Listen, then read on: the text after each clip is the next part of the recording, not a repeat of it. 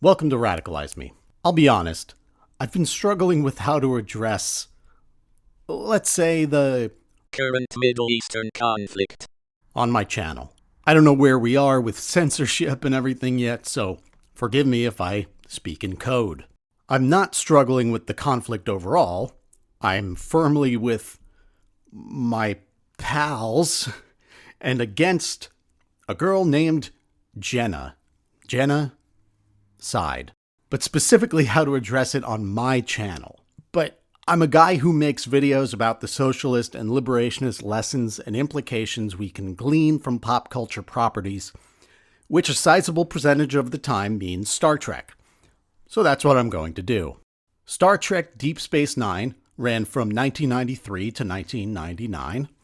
And it's the fourth overall Star Trek series to air. It differs from the other shows in that it takes place largely on a space station called Deep Space Nine, rather than a starship exploring the galaxy. The setting makes it more of a workplace dramatic comedy, and it offers one of the most prolonged looks at Starfleet's dealings with non-Federation societies. The important alien races for this conversation are the Cardassians, not them, the other ones, the Bajorans, and humans. The Federation and Starfleet contain many races, but we're mostly dealing with humans here.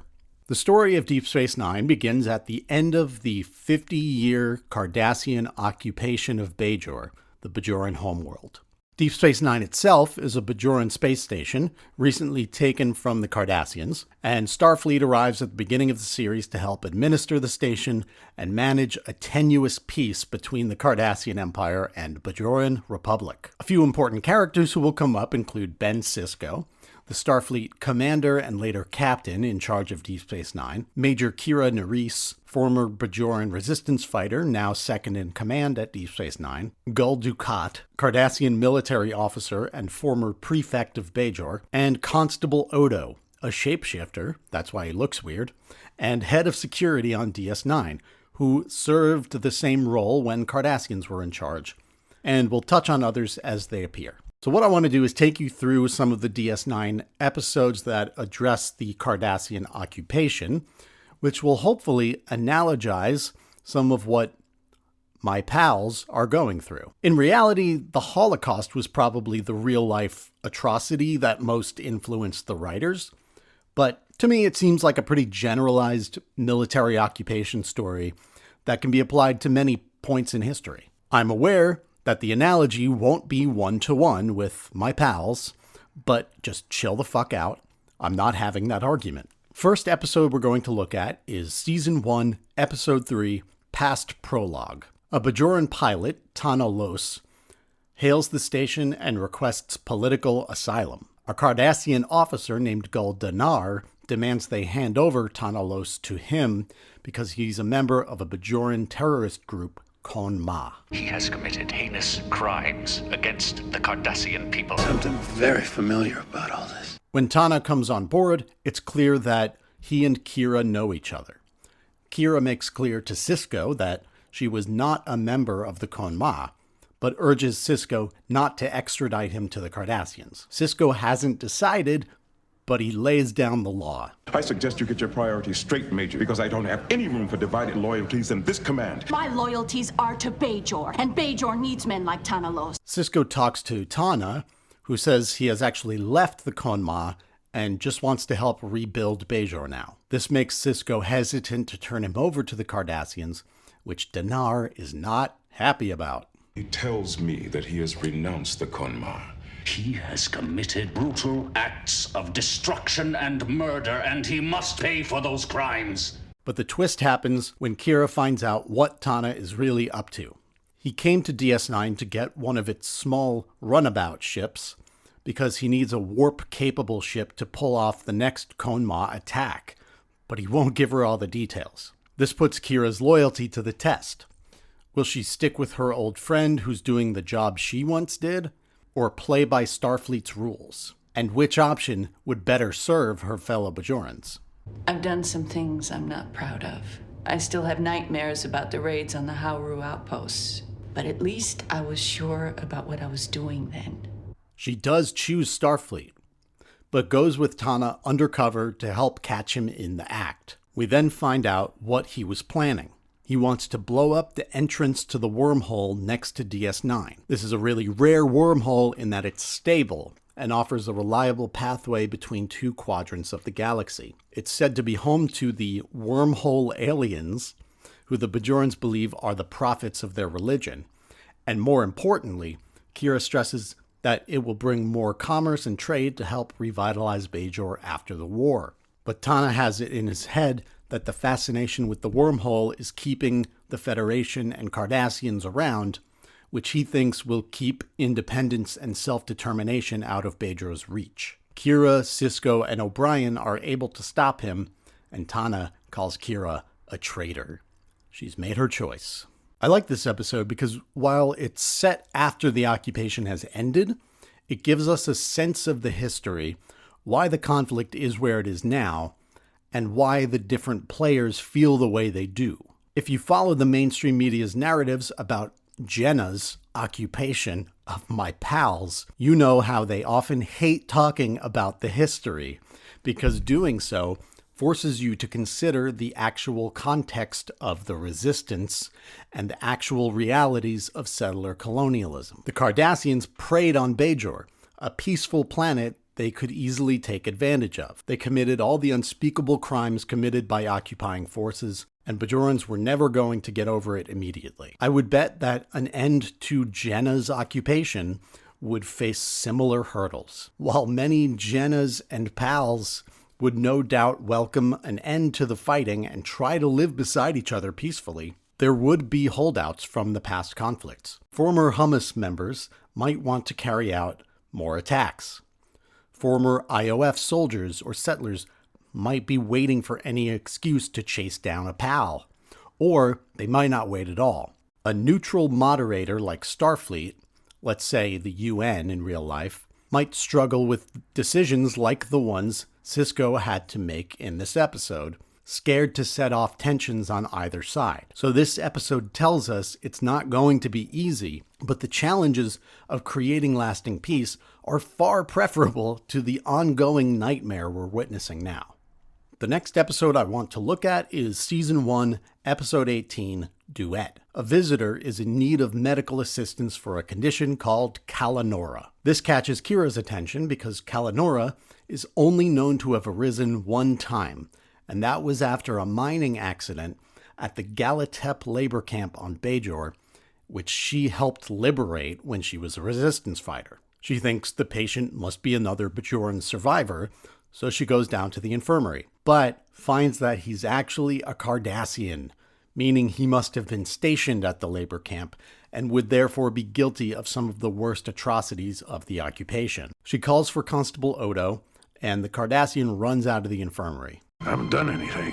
Then why did you run? I'm trying to get away from this Bajoran fanatic. Look at the hate in her eyes. She'd like to kill me. The Cardassian's initial story is that his name is Eamon Maritza. He happens to have a condition similar to Kalanora and was never stationed at Galatep. Problem is, Maritza is not on the Bajoran list of wanted Cardassian war criminals, but he definitely has Kalanora, so they hold him for further questioning. When Kira interrogates Maritza, he admits that he was at Galatep, but says he was only a filing clerk. When Kira still doesn't release him, he makes the old familiar accusation. It's not the truth you're interested in. All you want is vengeance. Kira's not sure how to respond. Again, this is the warning we always hear.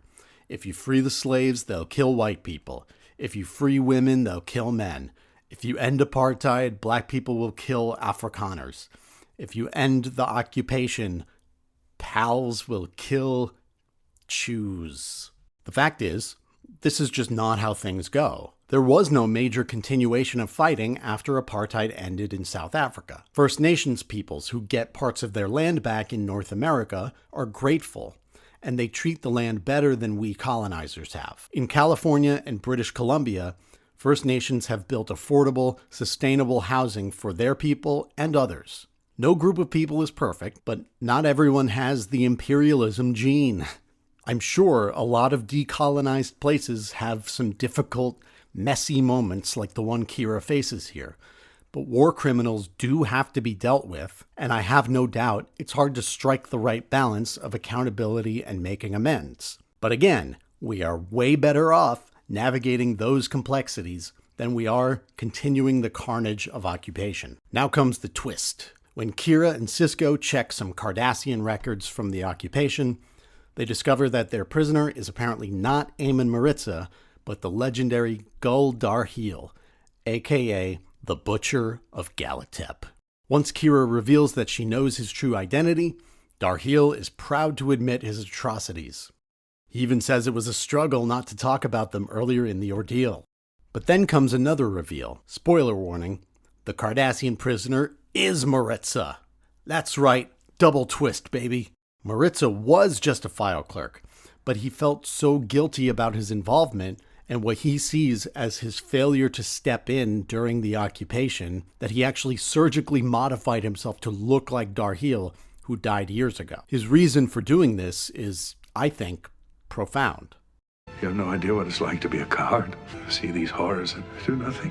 Maritza's dead. He deserves to be dead. Cardassia will only survive if it stands in front of Bajor and admits the truth. My trial will force Cardassia to acknowledge its guilt. Enough good people have already died. The final episode we're going to look at is Season 2, Episode 8, Necessary Evil. This one contains a lot of flashbacks to when the space station was under the control of the Cardassians and went by its former name, Terok Nor. The episode centers on a cold case from a few years earlier that Odo was never able to solve. In a flashback, Gul Dukat calls on Odo to help solve a murder. Surprisingly, the victim is a Bajoran named Vatrik.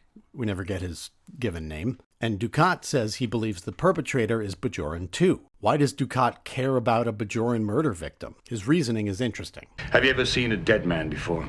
Yes, in your minds. Oh, those are casualties. This is murder.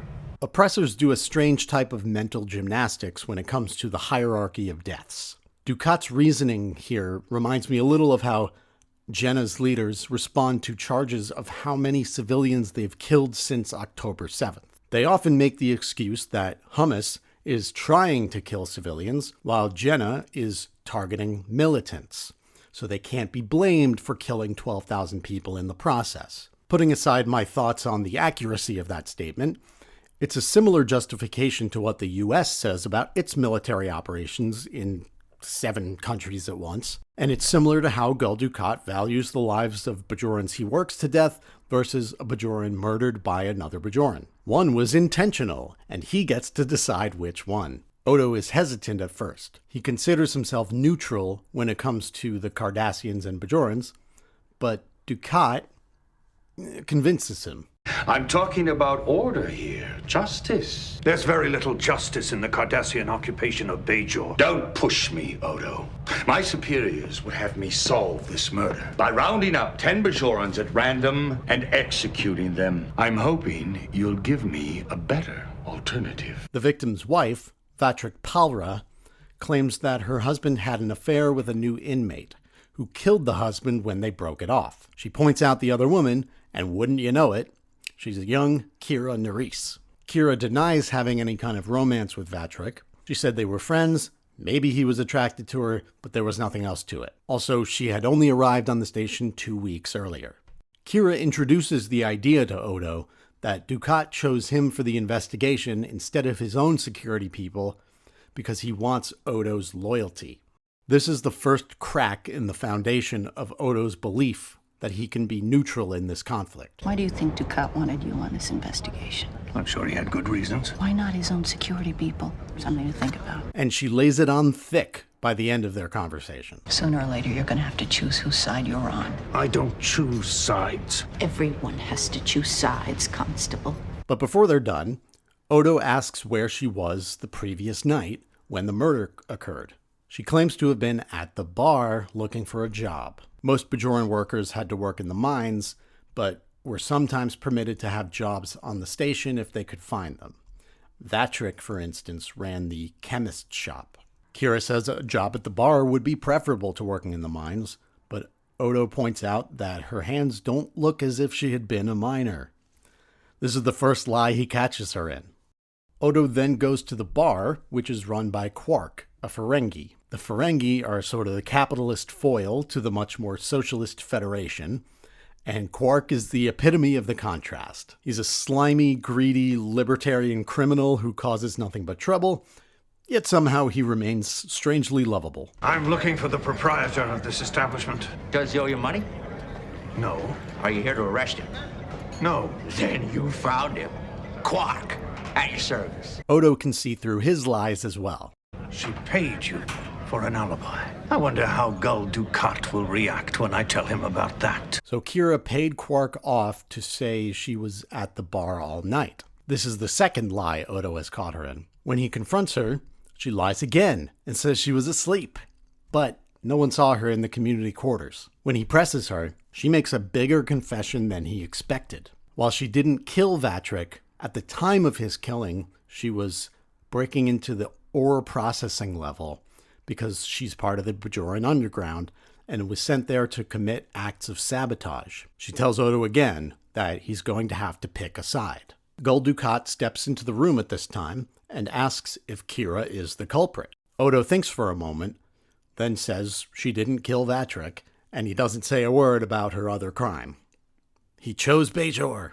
Not everyone has to face these types of occupations head on in real life, but Odo's process of picking a side reminds me of people who I've seen go from saying, I don't know enough to take sides, or both sides are bad, or whatever, to recognizing the power imbalance and the patterns of occupation and oppression at play. It's hard to get people on the same page because we often have very different upbringings and we're taught different things about over there. Now, I wasn't sure how to introduce this earlier, but the episode actually starts in present day with Vatrick Paura paying Quark to retrieve a list of Bajoran names for her from the old chemist shop. The names belong to Bajoran collaborators who Kira says sold out their people to the Cardassians. The Bajoran underground suspected Vatrick of being the direct link between the Cardassians and collaborators. Kira went to the chemist shop on the night in question, only to get the list. But Vatrick came in, and she said she had no choice but to get rid of him.